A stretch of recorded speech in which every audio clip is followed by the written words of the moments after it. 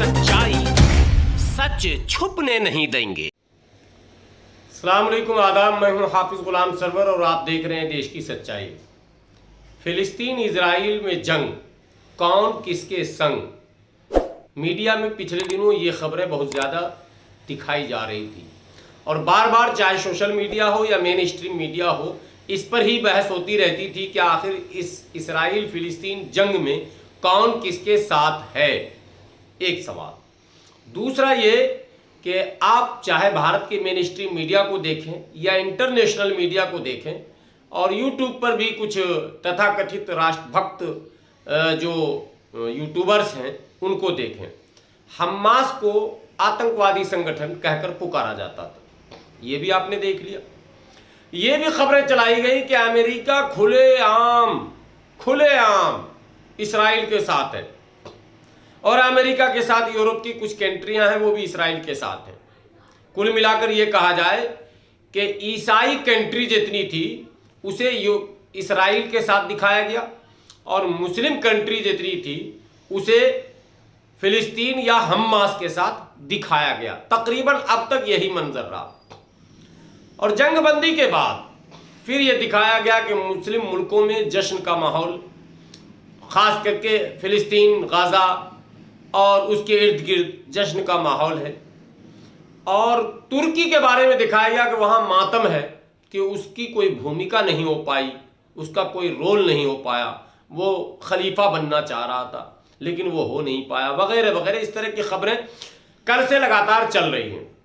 लेकिन क्या आपको मालूम है कि इस पूरे घटनाक्रम में, इस पूरे जंग का असली खलनायक कौन है?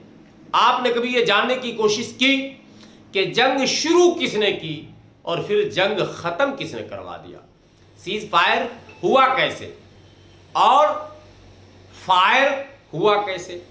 ये एक ऐसा इशू है जिसको ना तो लोग जानने की कोशिश कर रहे हैं और ना कोई बताने की कोशिश कर रहा। आज मैं कोशिश कर रहा हूं टूटे फूटे अंदाज में आपको बताने की। ये पूरा जंग, इसका खाका तैयार खुद अमेरिका ने ही किया था। जी हां, चौंकिएगा नहीं। और ये जो कुछ कहा जा रहा था ऐलान करके कि पूरा यूरोप जो है इसराइल के साथ है, वो कतई नहीं। इतिहासकारों का मानना है कि यहूदी का सबसे बड़ा दुश्मन अगर धरती पर कोई है तो वो ईसाई है। और ये बातें मैं इसलिए कह रहा हूं कि चैनलों में इस युद्ध को धर्म युद्ध भी बताया गया था। धर्म युद्ध बताया गया था। जब इतिहास का आप अध्ययन करेंगे, तारीख का मुताला करेंगे, तो पूरे इतिहास में कहीं भी आपको ऐसा नहीं दिखेगा, कुछ एक वाक़े को छोड़कर, कि मुसलमानों का यहूदी से कोई बड़ा जंग कभी हुआ हो। लेकिन ईसाइयों ने तो यहूदी को मिटाने की कसम खा रखी थी। और बिल्कुल जिसने थोड़ी सी तारीख को भी पढ़ा है उसे यह मानना पड़ेगा कि इसराइल का दुश्मन अगर कोई बड़ा कभी भी हो सकता है तो वो ईसाई हो सकता है, मुसलमान नहीं हो सकता। लेकिन हो क्या रहा, कैसे हो गया ये सब कुछ, कि आखिर दुनिया में पूरा नक्शा कैसे बदल गया कि जिस ईसाइयों ने यहूदियों का जीना दोभर कर दिया था, जिस हिटलर ने जर्मनी में चुन चुन कर यहूदियों को मारने की कोशिश की और हजारों लाखों को मारा, वो ईसाई आज इस यहूदी का हमदर्द बनकर सामने कैसे आ गया? उसने उस फिलिस्तीन के टुकड़े में से कुछ टुकड़ा इसराइल के हवाले 1948 में कैसे कर दिया और 1948 से आज तक वो इसराइल की हिमायत का ड्रामा कैसे कर रहा। यही तो एक चीज है जिसको बहुत कम लोग समझ पाते हैं। दरअसल ईसाइयों की मंशा कल भी थी और आज भी है, और ये मंशा नेचुरल है, ये मुसलमानों में भी पाया जाता है और मजहबों में भी पाया जाता है कि पूरी दुनिया में मेरी हुकूमत हो जाए। तो ईसाई इस पर चल रहे हैं।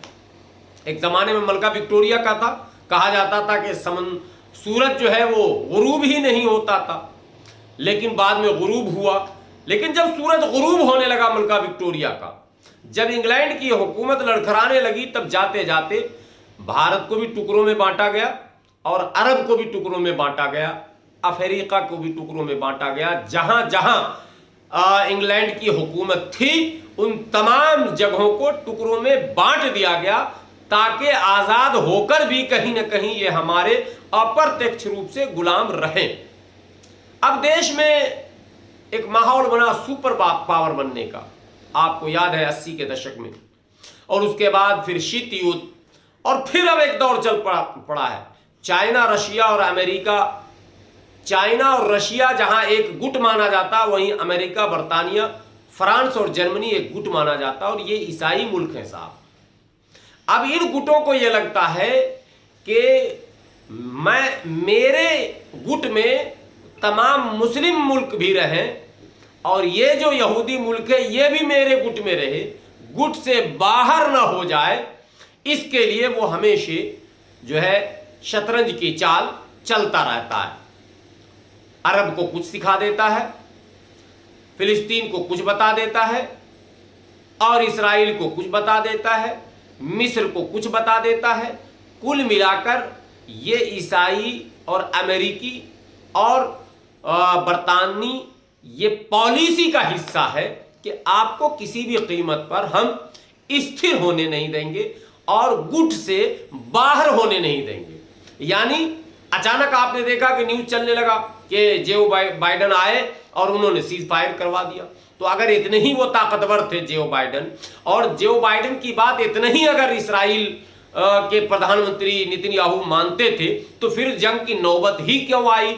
जब बैतुल मुकद्दस में झगड़ा हुआ और हमला हुआ, उसके बाद ही जो बाइडन आते और इसराइल को डांट देते तो मामला खत्म हो जाता। लेकिन नहीं, इसराइल को भी काबू में रखना है, उसको उसके इकोनॉमिकल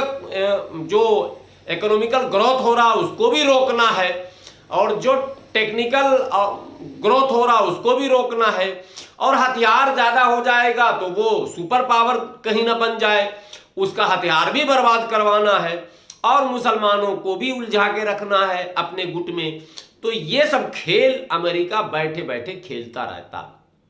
जिस हमास को अमेरिका आतंकवादी संगठन कहता है, आपको ये जानकर हैरानी होगी, उस हमास को भी हथियार सप्लाई अमेरिका ही देता है। और इसका प्रमाण आपके पास होना चाहिए कि अल-कायदा को भी हथियार अमेरिका देता था रशिया के खिलाफ।